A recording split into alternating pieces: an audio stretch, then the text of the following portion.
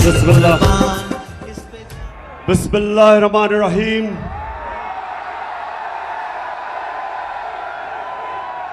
इय्याका नअबुदु व इय्याका नस्तईन। अल्लाह तेरी इबादत करते और मौला सिर्फ तेरे से मदद मांगते हैं।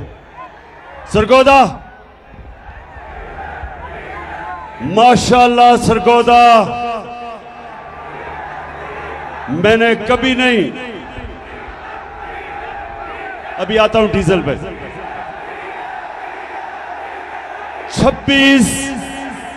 26 साल की सियासत में मैंने कभी नहीं सोचा था कि सरगोदा में इतनी तादाद में इतने ज्यादा लोग मेरे जलसे पे आएंगे।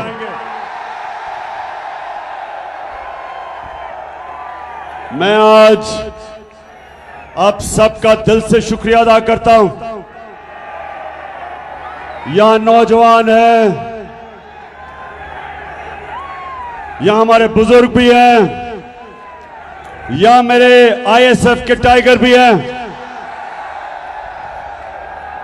लेकिन जो मुझे सबसे ज्यादा खुशी कि मेरी बहनें भी यहां हैं और इतने तादाद में जो कभी नहीं आई। मैं आप सबका शुक्रिया अदा करता हूं। मैं आज अपने सारे पाकिस्तानियों से बात करना चाहता हूं। पढ़े लिखे, इंग्लिश मीडियम, उर्दू मीडियम, मेरे दीनी मदरसे के बच्चे, मेरे रेड़ी वाले, ठेड़ी वाले, मजदूर, किसान, सारे पाकिस्तान के सूबे और खास तौर पे आज जो सैलाब में मेरे पाकिस्तानी आज मुश्किलों में हैं, जो मुतासरीन हैं, मुझे पता है वो मुश्किल में है, लेकिन मैं आज यहां खड़ा होके उनको सिर्फ ये एहसास दिलवाना चाहता हूं कि सारी कौम आपके साथ खड़ी है और इंशाअल्लाह हम सब मिलके पूरी कोशिश करेंगे आपकी मुश्किलें दूर करने के लिए। और मैं अपनी सारी कौम को इकट्ठा करूंगा और इंशाअल्लाह जब तक हम ये नहीं देख लेते कि हमारे सारे बलूचिस्तान से लेके सिंध से लेके ऊपर पख्तूनख्वा, गिलगित बल्तिस्तान, आज़ाद कश्मीर और ख़ास तौर पे पंजाब के डीजी खान, राजनपुर, ये जो इलाके जिधर लोग मुतासर हैं, मैं आज सबसे पहले कहना चाहता हूं कि सारी पाकिस्तानी कौम आपके साथ है। मैंने टेलीथॉन किया,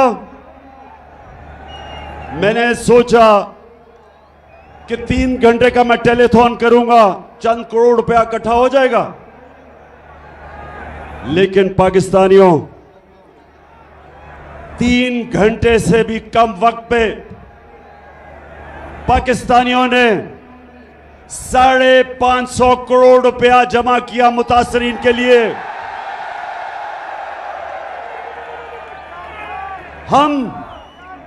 हम वो पाकिस्तानी कौम है जिसे खौफ खुदा है, जो नबी सल्लल्लाहु अलैहि वसल्लम की उम्मत है। ये वो कौम है जो समझती है कि अपनी आखिरत को बेहतर करने के लिए हमारे ऊपर ये फर्ज है कि हम उन लोगों की मदद करें जो मुश्किल में हैं। और मुझे इतना फख्र हुआ सरगोदा, मुझे इतना फख्र हुआ कि मेरे बैरून मुल्क पाकिस्तानियों ने जिस तरह दिल खोल के पैसा दिया, 550 करोड़ रुपया सिर्फ 3 घंटे के वक्त में उन्होंने पैसा जमा कर दिया। और मुझे इतने पैगाम आए कि इमरान खान, हम कोशिश करना चाहते थे लेकिन वो लाइनें सारी भरी हुई थी, ब्लॉक हुई थी।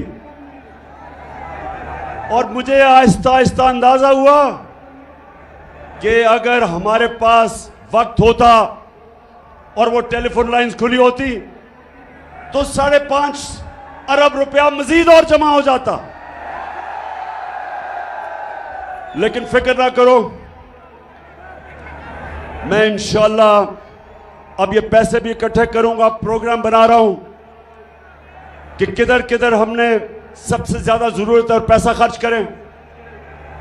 और मैं अपनी सारी कौम को भी आज दावत देता हूं कि जो भी मदद करना चाहे दुखी इंसानियत की, तो इंशाल्लाह हम एक कंट्रोल रूम बनाएंगे और जो हमें कॉल करेगा हम बताएंगे कि ये फलानी जगह है, डीजी खान उधर आप मदद कर सकते हैं, या सिंध के अंदर, सिंध में तो सबसे ज्यादा नुकसान हुआ, तो उधर हम लोगों को भी बताते रहेंगे कि कैसे हम अपने जो सैलाब मुतासरीन हैं इनकी मदद कर सके। लेकिन एक अच्छा आईएसएफ, अभी आपने चुप करके सुनना है मेरी बात। आईएसएफ में डिसिप्लिन चाहिए मुझे। अच्छा जी, अब मैं वो इलेक्शन कमिश्नर सिकंदर सुल्तान, अगर ये सुन रहे हो तो तुम्हें पहली दफा अंदाजा हुआ कि फॉरेन फंडिंग क्या होती है। अब पता चला कि इमरान खान को फॉरेन फंडिंग में किसी तरह डिस्क्वालीफाई कर दो। ये देखी थी फॉरेन फंडिंग, ये ज्यादा पैसा बैरून मुल्क पाकिस्तानियों ने भेजा हमें, और ये वो पाकिस्तानी हैं। इंशाअल्लाह मैं आज अपनी सारी कौम के सामने कहना चाहता हूं कि इंशाअल्लाह एक दिन मैं अपने बैरून मुल्क पाकिस्तानियों को इकट्ठा करूंगा, और जो हमारा बैरूनी कर्जा है जिसकी वजह से हमें आईएमएफ की गुलामी करनी पड़ती है, जिसकी वजह से हाथ फैलाने पड़ते हैं लोगों मुल्कों के सामने कि जी हमें पैसा दे दो, इंशाअल्लाह बैरून मुल्क पाकिस्तानियों को मैं मोबिलाइज करूंगा, ऐसी स्कीम्स लेके आऊंगा।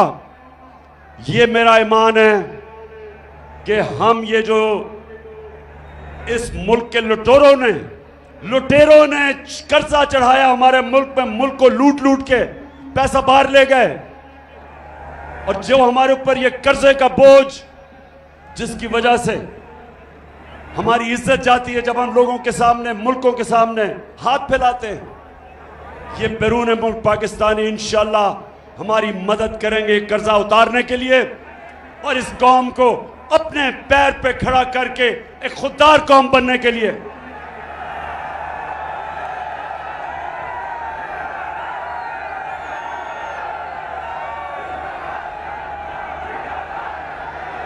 पाकिस्तानियों और सरगोदा के बाशऊर मेरे शहरियों, वैसे मैं कभी नहीं समझता था इतनी तादाद में सरगोदा के लोग निकलेंगे।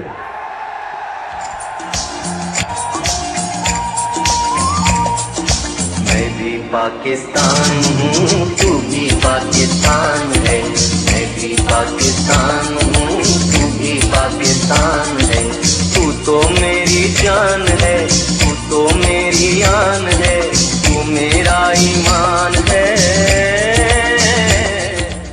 अच्छा सरगोदा, पहले मैं आपसे एक संजीदा बात करना चाहता हूं। सरगोदा और मेरे पाकिस्तानियों जो सुन रहे हो, ये याद रखना कि हमारा मुल्क कभी एक अजीम मुल्क नहीं बन सकेगा जब तक पाकिस्तान में हम एक इंसाफ का निजाम नहीं कायम करते। हजरत अली रज़ी अल्लाह ताला ने कहा था कि कुफर का निजाम चल जाएगा, कुफर का निजाम चल जाएगा, लेकिन जुल्म और ना इंसाफी का निजाम नहीं चल सकता। आज अगर हमारा मुल्क एक अजीम कौम नहीं बना तो उसकी सबसे बड़ी वजह यह कि हमारे मुल्क में जुल्म का निजाम है। ताकतवर के लिए एक कानून, कमजोर के लिए दूसरा कानून। छोटा चोर चोरी करे तो जेल में, और बड़ा डाकू चोरी करे तो वो मुल्क का वजीर आजम बन सकता है। मेरे नबी सल्लल्लाहु अलैहि वसल्लम ने तकरीबन 1500 साल पहले कहा था कि तुम्हारे से पहले बड़ी कौमें तबाह हुई, जिधर ताकतवर जब जुर्म और चोरी करता था उसको नहीं पकड़ा जाता था, सिर्फ छोटे चोरों को जेलों में डाला जाता था। मैंने जब 8-9 दिन जेल में गुजारे, अपनी आजाद अदलिया के लिए मुझे जेल में डाला गया। मैं वाहिद लीडर था जिसको आजाद अदलिया के लिए जेल में डाला गया। तो जब 8 दिन मैंने जेल में गुजारे, और वो थी भी डीजी खान की जेल, आप यकीन करें एक अमीर चोर मुझे नहीं नजर आया, सारे गरीब नजर आए। सारे बेचारे गरीब, छोटे, भैंस चोरी, साइकिल चोरी और ये चोरी वो जेलों में। और जो मुल्क के बड़े बड़े डाकू थे, जब मैं असेंबली गया तो मुझे असेंबली में नजर आए।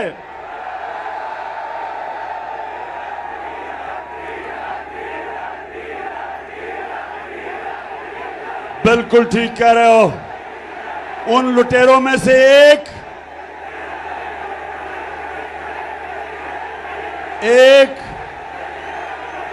हाँ, एक डीजल भी था।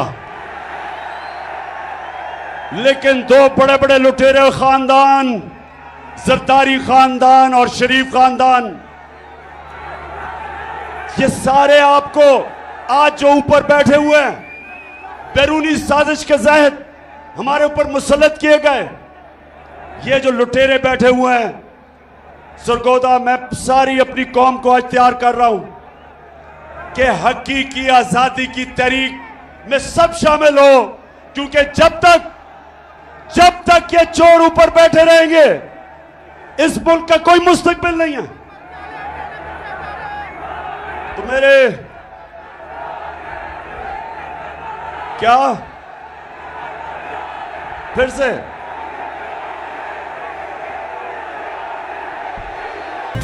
अच्छा, सरगोदा, बैरूनी साजिश हुई, अमेरिका को अपने गुलाम चाहिए थे, चेरी ब्लॉसम जूते पॉलिश करने वाला हाजिर हो गया, साथ डीजल तो पहले ही तैयार बैठा था, और उसके बाद जो इस वक्त इस मुल्क की सबसे बड़ी बीमारी जरदारी की पता क्या बीमारी है? जरदारी की बीमारी यह है कि वो जब नोट देखता है ना, वो पैसे देखता है, उसका जिस्म, उसकी कांपें टांगनी शुरू हो जाती है, उसकी मूछें ऊपर नीचे जानी शुरू हो जाती है। उसको बीमारी है। उसको यकीन, मैं आपको यकीन बनाऊं, उसको पता भी नहीं कि 30 साल में उसने कितना पैसा चोरी किया पाकिस्तान का और मुल्क से बाहर ले गया, लेकिन अभी भी बीमारी है, चला जाता नहीं है, लेकिन पैसे के पीछे अभी भी जान देने के लिए तैयार है। तो ये तीनों इकट्ठे हो गए, मिल गए, इनके साथ और साजिशी बैठे हुए थे पाकिस्तान में, बैरूनी साजिश। इन चोरों को हमारे ऊपर मुसल्लत किया गया और इन्होंने कहा कि अब इमरान खान की सियासत खत्म, अब ये फिर से हम इनके बच्चों की नीचे हम इनकी गुलामी करेंगे। लेकिन कुरान में अल्लाह कहता, एक प्लान इंसान बनाता है और एक प्लान अल्लाह बनाता है, और कामयाब सिर्फ एक प्लान होता है अल्लाह का। अल्लाह का प्लान ही कुछ और था। अल्लाह ने लोगों के दिल मोड़े। कौम जिस तरह अब निकल रही है, लोग तो यहां मिठाइयां बांटते थे जब गवर्नमेंट जाती थी। तो जिन्होंने साजिश की थी वो हक्के बक्के रह गए, कौम सड़कों पे आ गई, खुद निकलना शुरू हो गए। नौजवान तो पहले ही तैयार थे, लेकिन पाकिस्तान की पहली दफा आजादी के बाद पहली दफा हमारी ख्वातीन भी इस तहरीक में शिरकत किया उन्होंने, बल्कि स्कूल के बच्चे भी शिरकत कर रहे हैं। तो उसके बाद इन्होंने जुल्म किया हमारे पे। 25 मई को इन्होंने हमारे पे जुल्म किया। इन्होंने पुलिस और रेंजर्स ने फैमिलीज के ऊपर, ख्वातीन के ऊपर इन्होंने जिस तरह की शेलिंग की, खौफ फैलाया, FIRs काटी मेरे ऊपर। मैं तो भूल ही गया हूं कितनी FIR है, कोई 17 तो कट चुकी है। इन्होंने समझा कि अब ये डर के बैठ जाएंगे। इनको बताया गया कि ये तो जी मम्मी डैडी हैं, ये तो खड़े ही नहीं हो सकते। तो पहला झटका पड़ा इनको जब 17 जुलाई को पंजाब का इलेक्शन आया, बाय इलेक्शन। हर हरबा इस्तेमाल किया। इलेक्शन कमीशन ने पूरा जोर लगाया, धांधली के रिकॉर्ड तोड़े, पुलिस का इस्तेमाल किया। इस सब के बावजूद हमजा कुकड़ी को फारग करना पड़ा। अब जब ये इलेक्शन हार गए,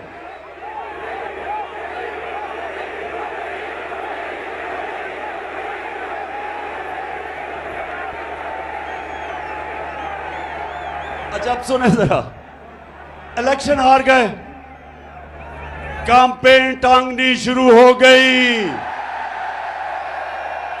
खौफ आना शुरू हो गया कि अगर इलेक्शन करवाएंगे तो फिर क्या होगा। 2/3 अक्सरियत इनके सामने आनी शुरू हो गई। इन्होंने फिर एक और प्लान बनाया। सरगोदा पता क्या प्लान बनाया? किसी तरह इमरान खान को फारिग किया जाए, किसी तरह इसको इलेक्शन से टेक्निकली नॉकआउट किया जाए, क्योंकि इनको ये तो समझ आ गई कि इलेक्शन के अंदर तो इनसे जो होगा वो पंजाब के बाय इलेक्शन से भी बुरा होगा। तो तब साजिशें दूसरी शुरू हुई। पहली साजिश थी हुकूमत कराने की, दूसरी साजिश शुरू हो गई कि इमरान खान को रास्ते से हटाया जाए। एक ये भी मंसूबा बना, बंद कमरों में फैसला हुआ, बंद कमरे में, कि इमरान खान को मुकम्मल तौर पे साइड पे कर दिया जाए। अल्लाह का करम है, मुझे पता चल गया। मैंने एक टेप बनाई हुई है, महफूज जगह पे रखी हुई है। उन 4 लोगों के नाम मैंने लिखे हैं जो उस साजिश में मुलव्विस थे, कि अगर मुझे कुछ हुआ तो मेरी कौम उन 4 को नहीं छोड़ेगी। सितम के कोहे गरा रूही की तरह उड़ जाएंगे। फिर वो जो इनका पालतू इलेक्शन कमिश्नर, उसको कहा कि इसको इमरान को डिस्क्वालीफाई किया जाए। फॉरेन फंडिंग, और फॉरेन फंडिंग तो देख ही लिया थी परसों रात को कि फॉरेन फंडिंग होती क्या है। और उसके बाद तोशाखाना, और इंशाल्लाह मैं चैलेंज करता हूं कि तोशाखाना का केस सुना जाए, ओपन हियरिंग में सुना जाए। और जब मेरा केस सुना जाए, और मुझे पता है कि उस केस में ये जो कोशिश कर रहे हैं ये जलील होंगे, लेकिन मैं चाहता हूं उसके बाद हर कोई जिसको तोशाखाना से गिफ्ट्स मिली हैं सबका सुना जाए, जरदारी का भी, शरीफ का भी, यूसुफ रजा का भी, और सारी कौम को पता चल जाएगा, दूध का दूध पानी का पानी हो जाएगा। वो हो गया 2। फिर खुदा के फिर काबे से सब बुत उठवाए जाएं। फिर इन्होंने एक और चीज सोची कि किसी तरह इमरान खान को जेल में डाला जाए। पहले इन्होंने, अब ये जरा सुने, 27वीं रमजान को सुने, जरा ऐसे गौर से सुनो। 27वीं रमजान को हम शब दुआ बना रहे थे, हम अल्लाह से दुआ मांग रहे थे अपने मुल्क के लिए। हमें क्या पता था कि उस दिन चेरी ब्लॉसम और ये अपनी टीम लेके मदीना चला जाएगा, हमें तो पता ही नहीं था। जब शब दुआ खत्म हुई तो पता चला कि मदीना में इनको चोर चोर के नारे लग गए।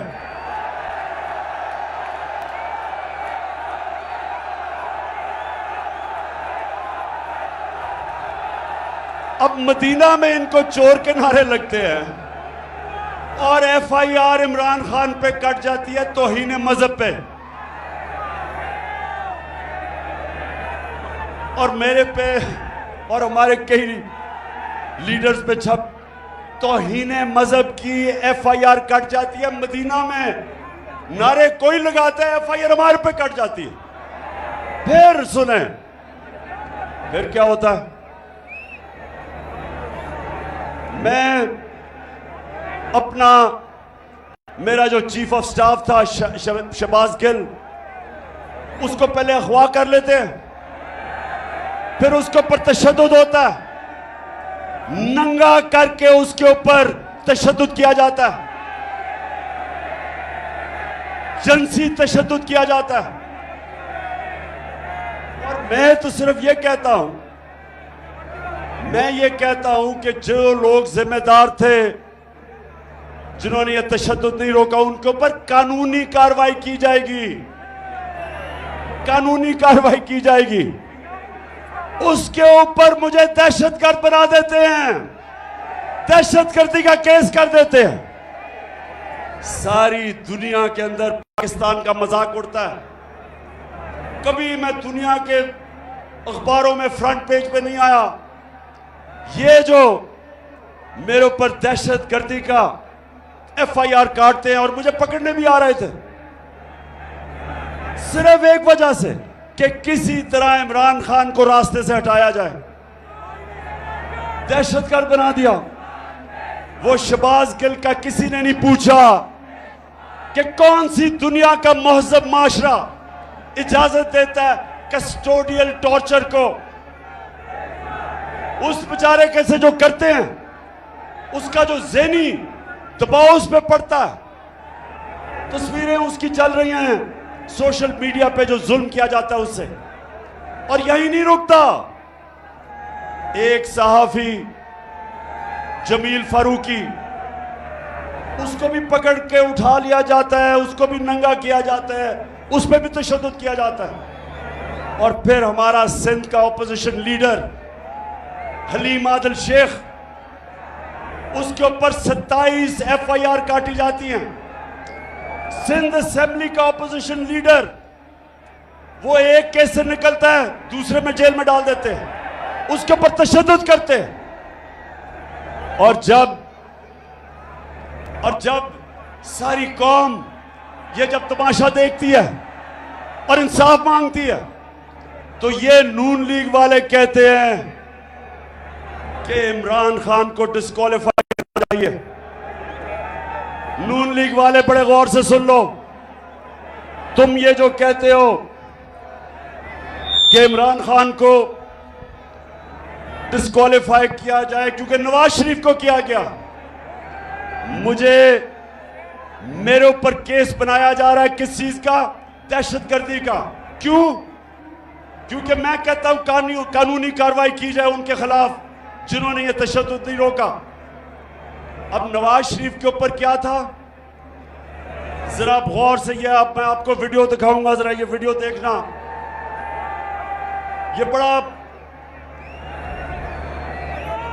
ये वो वीडियो देखेंगे, आराम, एक अभी नहीं, अब रोको। ये जो वीडियो मैं ताकि देखना, आप खुद अपनी आंखों से देखें कि इस मुल्क से हो क्या रहा है। नवाज शरीफ 3 दफा मुल्क का प्राइम मिनिस्टर था, 3 दफा। उसका 4 महंगे तरीन लंदन के अंदर अरबों रुपए के ये महल खरीद लेता है, लंदन के सबसे महंगे इलाके में। तो मैं जब पूछता हूं इनसे आज से 10 साल पहले कि जनाब ये किधर से पैसा आया महलों का, तो ये जरा आप सुने, ये आज से 10 साल पहले की गुफ्तगू है, सुने जरा ये।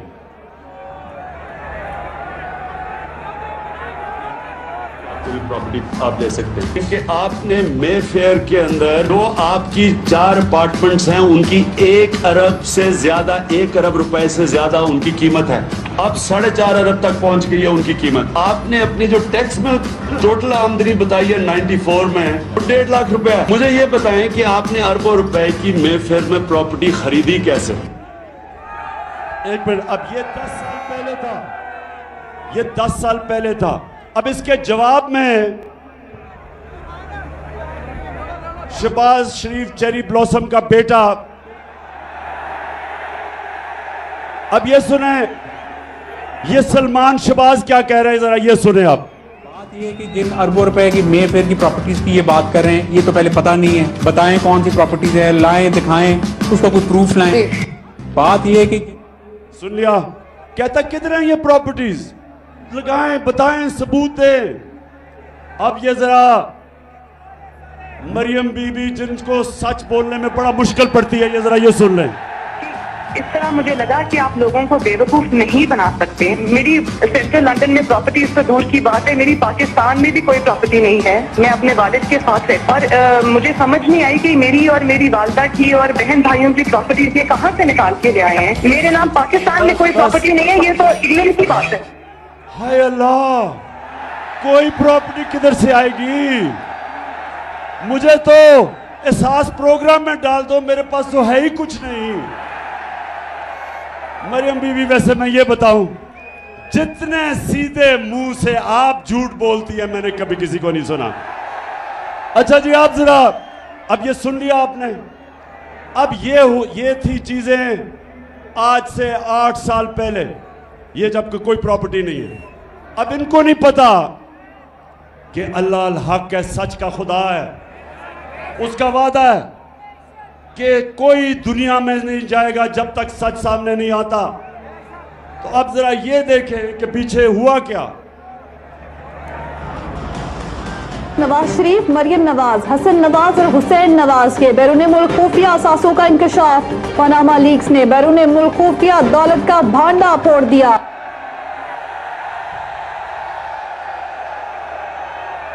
पाकिस्तानियों, अल्लाह अल हक है, सच का खुदा है। तो ये झूठ सुन लिया पहले आपने कि लंदन तो छोड़ें, पाकिस्तान में मेरी बेचारी की कोई प्रॉपर्टी नहीं है। अब ये इंटरनेशनल इंकशाफ हो जाता है, बड़े बड़े दुनिया में सियासतदान पकड़े जाते हैं जिन्होंने अपने मुल्क से पैसा लूट के बाहर रखा हुआ था, वो पकड़ा जाता है। अच्छा, अब जब ये पकड़ा जाता है तो मरियम बीबी के भाई साहब अल्हम्दुलिल्लाह क्या कहते हैं? मैं इस बात को तस्लीम करता हूँ कि अल्हम्दुलिल्लाह पाक लेन के ऊपर जो अपार्टमेंट्स हैं वो अल्हम्दुलिल्लाह हमारे हैं। मैं इस बात को तस्लीम करता हूँ कि उनको ऑफशोर कंपनीज नेस्कॉल लिमिटेड और नीलसन लिमिटेड जो है उनको ओन करती हैं। और मैं आपको ये भी अर्ज करता हूँ, उनको होल्ड कर रही है इस वक्त मरियम नवाज शरीफ, मेरी हमशीरा जो है। यहां अब हुसैन ये कह रहे हैं कि जब वो कह रही थी ना कि मेरी तो लंदन छोड़े पाकिस्तान में भी प्रॉपर्टीज, ये 4 अरबों रुपए के बड़े महलात इनकी मालिका मरियम नवाज थी। अब मरियम नवाज के पास तो पैसा ही नहीं था। पैसा किधर से आना था? किधर से आना था पैसा? बताओ, पैसा किधर से आना था? आपसे आना था। कौम का पैसा चोरी करके ये प्रॉपर्टीज खरीदी गई। तो नून लीग वालों, मेरे से नवाज शरीफ का मुआवजा ना करो। मैंने 20 साल बाहर कमाई की, सारा पैसा सब कुछ बेच के सारा मेरा पैसा जीना मरना पाकिस्तान में है। मेरी अच्छा जी, अच्छा अब एक तरफ और मेरी बहनों आपने गौर से सुनना है कि जब एक कौम की ख्वातीन जाग जाएं तब असल में इनकलाब आता है, क्योंकि घरों में इनकलाब आ जाता है। अब हालात ये हैं कि बाप नून लीग में है, पीछे से बीवी बच्चे सारे पीटीआई में, क्योंकि ख्वातीन के अंदर ना अल्लाह ने एक रेडार डाला हुआ है। रेडार वो है सच का रेडार। औरतें बड़ी जल्दी सच पे पहुंच जाती हैं। क्यों? इसलिए कि जब बच्चा पैदा होता है तो वो तो नहीं बोल सकता, तो वो मां जो होती है बच्चे की शक्ल से पहचान जाती है कि बच्चे को किस चीज की जरूरत है। वो शक्ल से समझ जाती है। वो जब ये नून लीग के चेहरे देखती है और जरदारी के, उसको पता है कि ये चोर है। अच्छा, तो एक तरफ तो पैसा है इस मुल्क का चोरी करके ये और जरदारी खानदान और शरीफ मुल्क से बाहर आपका पैसा चोरी करके, ये जो फ्लैट खरीदे गए हैं ये आपके पैसे से खरीदे गए हैं। और इसलिए मैं 26 साल से जहाद कर रहा हूं इनकी करप्शन के खिलाफ। क्योंकि करप्शन क्या होती है, चोरी और करप्शन में क्या फर्क है? आईएसएफ, चोरी और करप्शन में क्या फर्क है? चोरी होती है जब आपके घर में जाके कोई चीजें चोरी करता है, उसको चोरी कहते हैं। करप्शन होती है जब कौम का पैसा चोरी किया जाता है, जब आप सबका पैसा जो स्कूलों पे लगना, जो अस्पतालों पे लगना है, जो सड़कों पे, जो मुल्क के बिजली बनाने में, जो चीजें सस्ती करने में पैसा होता है, वो चोरी में मुल्क से बाहर चला जाता है। इसलिए करप्शन कौमों को तबाह कर देती है। चोरी तो सिर्फ एक इंसान को नुकसान पहुंचाती है, करप्शन मुल्क तबाह कर देती है। तो ये क्यों चोरी करके पैसा बाहर भेजते हैं? ऐसे बताओ क्यों पैसा बाहर भेजते हैं? क्योंकि अरबों रुपया आप अपने बिस्तर के नीचे नहीं रख सकते। अरबों रुपया अगर आप मुल्क में रखेंगे तो लोग पूछेंगे किधर से पैसा आया। इसलिए चोरी करके मुल्क से बाहर पैसा भेजते हैं। तो अपना पैसा बाहर। और आजकल चेरी ब्लॉसम शहबाज शरीफ लोगों के पास जा रहा है। बड़ी तकलीफ है इसको मुतासरीन की। जहाजों से चीजें फेंकी जा रही हैं सिर्फ तस्वीरें खिंचाने के लिए। शहबाज शरीफ, अगर तुम सीरियस हो तो अपने और भाई और जरदारी को कहो आधा भी अपना पैसा वापस ले आओ, तो हम कितनी मदद कर सकते हैं सैलाब मुतासरीन की। अच्छा, अब जरा ये सुने, शहबाज शरीफ जब से आया है मुल्क को शर्मिंदगी पे शर्मिंदगी उठानी पड़ रही है। जरा ये सुने क्या कहता है। मैं सऊदी अरब से होके आया हूँ, मैं यूएई के होके, अभी मैं तुर्की होके आया हूँ, और मैंने उन भाइयों को कहा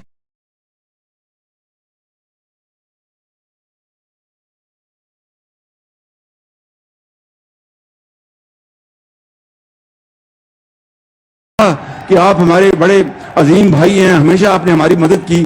और मैंने यही कहा, जब मैं आया हूं तो आप समझेंगे शायद ये मांगने आया है, मैं मांगने नहीं आया, लेकिन जब मैं आया हूं तो आप समझेंगे शायद ये मांगने आया है, मैं मांगने नहीं आया, लेकिन मजबूरी है। जिस तरह माजी में 75 साल में आपने हमारा हाथ बटाया है, कुछ ऐसा आप हाथ बहुत मजबूरी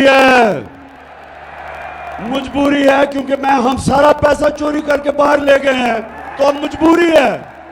तो खुदा के वास्ते पैसा दे दे। पाकिस्तानी जो बाहर बैठे हैं उनको कहते हैं कि पाकिस्तान पैसा लेके आओ, और यहां से चोरी करके पैसा बाहर ले जाते हैं।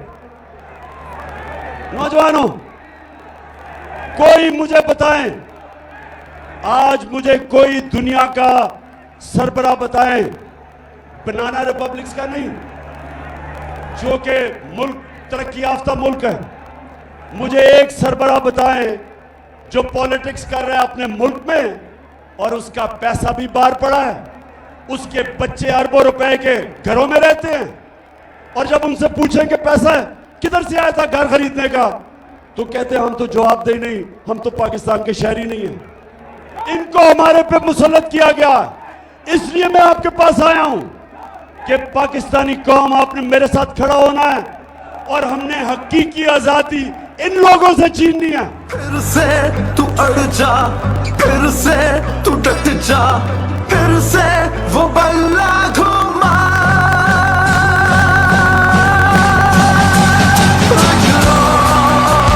कदम बढ़ा, फिर से वो लम्हा दोहरा, जब जीत के आया था, फिर से वतन को जिता।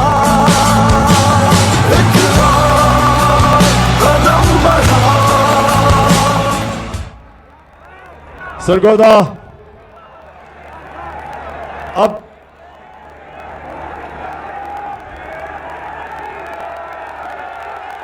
डीजल, अच्छा मैं अब डीजल पे आने लगा हूं। जब इन्होंने साजिश करके हमारी हुकूमत गिराई, सुने जरा, जब साजिश करके हमारी हुकूमत गिराई गई, जो हुकूमत पब्लिश करती है इकोनॉमिक सर्वे ऑफ पाकिस्तान, जो हुकूमत बताती है कि एक साल में क्या माशी कारकर्दगी हुई, ये सारी एक किताब में लिखी जाती है जिसको कहते हैं इकोनॉमिक सर्वे ऑफ पाकिस्तान। ये इस हुकूमत ने शाया किया। इसके मुताबिक, सरगोदा जरा ये गौर से सुने, नौजवान आपकी तवज्जो खास तौर पे चाहिए। ये कहते हैं इसके मुताबिक कि पिछले 2 साल में, जो हमारे 2 आखिरी साल थे, पाकिस्तान की जो माशी तरक्की थी, तीसरे साल में 5.6% और चौथे साल में 6%। 17 साल के बाद ये पाकिस्तान की बेहतरीन इकोनॉमिक परफॉर्मेंस हुई थी। हमारी माशी कारकर्दगी 16 साल के बाद हुई इस सतह पे। कोरोना के बावजूद, जिसने सारी दुनिया में तबाही मचाई, हमारी एक्सपोर्ट्स, जिससे मुल्क में असल तौर पे दौलत में इजाफा होता है, वो रिकॉर्ड पे थी। बैरून मुल्क पाकिस्तानियों ने जो रेमिटेंसेस भेजी, वो रिकॉर्ड थी। हमारी जो टैक्स कलेक्शन, जो हम आपके ऊपर खर्च कर सकते थे, वो रिकॉर्ड थी। हमारी 4 फसलें 2 साल रिकॉर्ड पैदावार हुई। हमारे किसानों के पास सबसे ज्यादा पैसा आया पिछले 2 सालों में। और हमने, इसके बावजूद कि हम IMF के प्रोग्राम में थे, हमने पूरी कोशिश की कीमतें नीचे रखने की। जो हमारे दौर में महंगाई थी, जिसको कहते हैं SPI, सेंसिटिव प्राइस इंडेक्स, जो आम आदमियों के लिए महंगाई होती है, जो खाने पीने की चीजें, बिजली, गैस वगैरह, हमारे दौर में वो था 17 से 18%। आज आप जानते हैं वो कितना है महंगाई, 4 महीनों में किधर से किधर गई। हम जब छोड़ के गए थे तो 17 और 18% के बीच में थी। सरगोदा आज 45% से ऊपर चली गई है। 3 गुना महंगाई बढ़ गई है। आज जो बिजली के बिल देने आए थे लोग, पूछे जिन्होंने बिजली के बिल दिए, जरा हाथ खड़ा करके बताएं बिजली के बिल दिए। बताया मुझे कि जब बिजली के बिल दे रहे थे तो 2 गोलियां डिस्प्रिन की भी साथ खानी पड़ी। धचका पड़ा। और ये वो लोग थे जो कह रहे थे कि इमरान खान ने बड़ी महंगाई की। मैं तो आज पहले तो अल्लाह तेरा शुक्र अदा करता हूं, तू अल्लाह हक है। लेकिन वो जो टीवी चैनल्स मैं जरा आज वो लिफाफे वाले लोग, पैसे लेके मीडिया चैनल वाले, आज जमीर फरोश मीडिया वालों, जरा लोगों से तो पूछो उनके ऊपर क्या गुजर रही है आज। अब पूछो कि वो बिजली का बिल दें या स्कूल की फीस दें या वो बच्चों के लिए खाना लेके आए। 45% से आगे बढ़ गई है महंगाई, 3 गुना ज्यादा। और ये भी सुन लें, जब हमारी हुकूमत थी तो सबसे वो हमने काम किए जो पाकिस्तान की तारीख में नहीं हुए। हम हेल्थ कार्ड लेके आए, हेल्थ इंश्योरेंस हर खानदान को, पंजाब में और पख्तूनख्वा में हर खानदान को 10 लाख रुपए का हेल्थ इंश्योरेंस कि किसी भी अस्पताल में जाके इलाज करवा सकते थे। पहली दफा आम आदमी प्राइवेट महंगे अस्पतालों में इलाज करवाता था। मेरे दोस्त डॉक्टर्स हॉस्पिटल वाला कहता आज से 4 महीने पहले कि इमरान खान, ये पहली दफा हमने आपकी हेल्थ इंश्योरेंस पे एक आम किसान का हार्ट ऑपरेशन किया, पहली दफा। तो ये कभी पहले नहीं हुआ। हेल्थ इंश्योरेंस एहसास प्रोग्राम हम लेके आए, हमने सूद के बगैर कर्जे दिए गरीबों के लिए, 20 लाख खानदानों के लिए, कि हमने उनके घरों के लिए सूद के बगैर कर्जा दिया। पूरी कोशिश थी नीचे से लोगों को ऊपर उठाया जाए। इसके बावजूद कि हम IMF प्रोग्राम में थे, महंगाई रोकी हमने, दुनिया में महंगाई थी। तो मैं आज पूछता हूं कि वो जिन्होंने साजिश की, आज बताएं कि जो पाकिस्तान का हाल है, कौन जिम्मेदार है इसका? कौन जिम्मेदार है?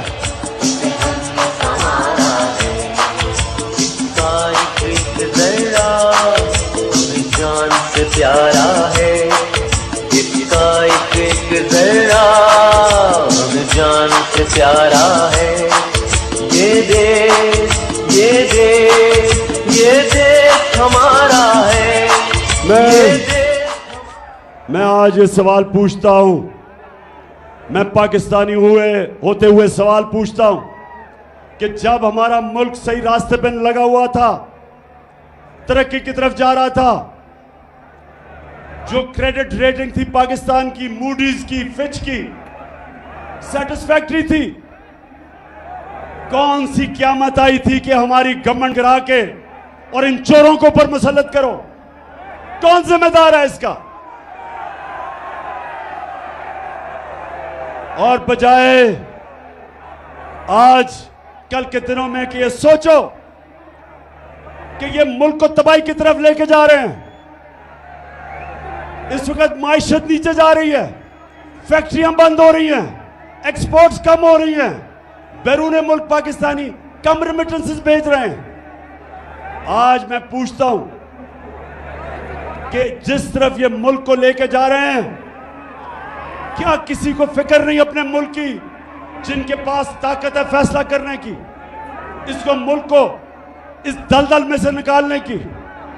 सिर्फ एक रास्ता है, साफ और शफाफ इलेक्शन करवाओ, उसके अलावा कोई दूसरा रास्ता नहीं है। और मैं आज ये भी कहना चाहता हूं कि जिस तरह मुझे दीवार से लगाया जा रहा है, कभी दहशतगर्दी के केस और कभी तौहीन मजहब के केस और कभी किस किस्म की FIR मेरे लोगों के ऊपर किया जा रहा है। हलीम आदिल को जो जुल्म किया जा रहा है, ये जरदारी डाकू जो उसके ऊपर जुल्म कर रहा है, सिंध में ऑपोजिशन लीडर होते हुए, जो शहबाज गिल से हुआ, जो हमारे ऊपर FIRs के अलावा धमकियां दी जा रही हैं, टेलीफोन करके लोगों को डराया जा रहा है, जो सहाफी लगता है कि हमारी फेवर कर रहा है या हमारे लिए आवाज बुलंद कर रहा है, उनके खिलाफ एक्शन लिया जाता है। अरशद शरीफ जैसे एक ऐसा सहाफी जिसको सब जानते हैं कि एक अपने ज़मीर के मुताबिक लिखने वाला, उसको ARY प्रेशर डाल के निकाला गया, साबिर शाकिर को निकाला गया, इमरान रियाज के ऊपर उसको जेल में डाला गया, FIR कटवाई गई, जमील फारूकी को जो उन्होंने किया उससे, और उसके अलावा अयाज अमीर और समी इब्राहिम जैसे दानिश्वर, उनको जो जलील करने की कोशिश की गई, सिर्फ एक वजह कि किसी तरह इमरान खान की कोई हिमायत ना करे, उसके लिए कोई लिखे ना, कोई मीडिया उसको दिखाए ना। सिर्फ एक वजह से सारे केसेस किए जा रहे हैं, एक वजह से कि किसी तरह इमरान खान को रास्ते से हटा के और इन चोरों को इलेक्शन जिताया जाए। तो मैं पाकिस्तानियों, आखिर में मेरी अब जरा बात सुने। देखें, 20 साल मेरी जिंदगी खेलों की ग्राउंड पे गुजरी। 20 साल, शायद ही कोई इतनी देर इंटरनेशनल क्रिकेट खेला हो। 10 साल मैं कप्तान था, और कप्तान इतनी देर क्रिकेट खेल के मुझे मैच के दौरान पता चल जाता था कि कब अब जो मुखालिफ है वो मैच हार गया।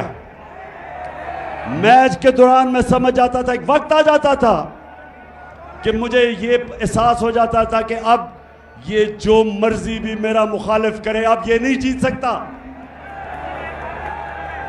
ये सारी ऑपोजिशन, ये जो गवर्नमेंट में बैठे हुए हैं चोर, मैं आज इनको पैगाम दे रहा हूं कि वो टाइम आ गया कि जो मर्जी हरबा आप इस्तेमाल कर ले, अब ये मैच नहीं जीत सकते आप।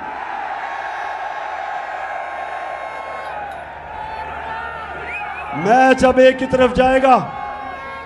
जितना आप दबाएंगे मेरी पार्टी को, उतना ज्यादा ऊपर उठेगी। जितना आप मीडिया से उसको दबाएंगे, ये इस तरह सरगोदा स्टेडियम, सरगोदा की तारीख में इस तरह स्टेडियम में लोग नहीं आए जिस तरह आज आए हैं। जो मर्जी कर ले, ये मैच अब हार गए। अब आप जो भी करेंगे मुल्क को नुकसान पहुंचाएंगे। मुल्क का सोचे, जाती मफादात का ना सोचे। जो अपने छोटे छोटे फायदे सोच रहे हैं, मुल्क को नुकसान पहुंचा रहे हैं। कौम का सोचे, 22 करोड़ पाकिस्तानियों का सोचो। ये लोगों का मुस्तकबिल, अपने बच्चों का मुस्तकबिल, इनके मुस्तकबिल का सोचो। और जब आप सोचेंगे इनका मुस्तकबिल ये जरदारी, डाकू और डीजल और शहबाज शरीफ की तरह के चोरों के साथ इनका मुस्तकबिल नहीं है। इनका मुस्तकबिल है कि कौम साफ और शफाफ इलेक्शन से फायदा खुद फैसला करे कि कौन सी क़यादत इस कौम को चाहिए, और यही एक रास्ता है। और ये जितना भी मुझे दीवार से लगाएंगे, याद रखें कि मैं तो वो कप्तान हूं। जितना आप मुझे दीवार से लगाएंगे, मैं तो और लड़ूंगा, मैं तो और मुकाबला करूंगा। और यही ना हो जाए कि मुझे इतना आप दीवार से लगाएं कि मैं सारी कौम के सामने उन सारी लोगों की शक्लें रख दूं जिन्होंने अपने मफादात के लिए इस मुल्क को इस मुश्किल में डाला है। मुझे उधर तक ना धकेलो। 4 महीने से मैं सब्र कर रहा हूं, मैं अपने मुल्क के लिए सब्र कर रहा हूं। मेरे लिए इस वक्त कौम मेरे साथ खड़ी है। गिलगित बल्तिस्तान में तहरीक इंसाफ, पख्तूनख्वा में तहरीक इंसाफ, पंजाब में, आजाद कश्मीर में, तो मैं जब चाहूं इस्लामाबाद को बंद कर सकता हूं, लेकिन अपने मुल्क के लिए नहीं कर रहा। माशी हालात की वजह से नहीं कर रहा। और अब सैलाब आ गए, लेकिन मैं फिर से आखिर में कहता हूं, मुझे उधर तक ना धकेलो। मैं वो हूं, वो जितना आप कोशिश करेंगे मुझे प्रेशर में लाके, डरा के, धमका के, FIRs काट के, मैं उतना और जोर से आपका मुकाबला करूंगा। सरगोदा, मैं आपको आज दिल से शुक्रिया अदा आपका करता हूं, जो आज आपने जिस जुनून से यहां इस गर्मी में आप आए। मैं अपनी सारी सरगोदा की टीम, आमिर कियानी प्रेसिडेंट यहां के, और जितने मेरे MPs, मेरी टीम, मैं आज आप सबको मुबारक देता हूं जबरदस्त जलसे की। पाकिस्तान जिंदाबाद।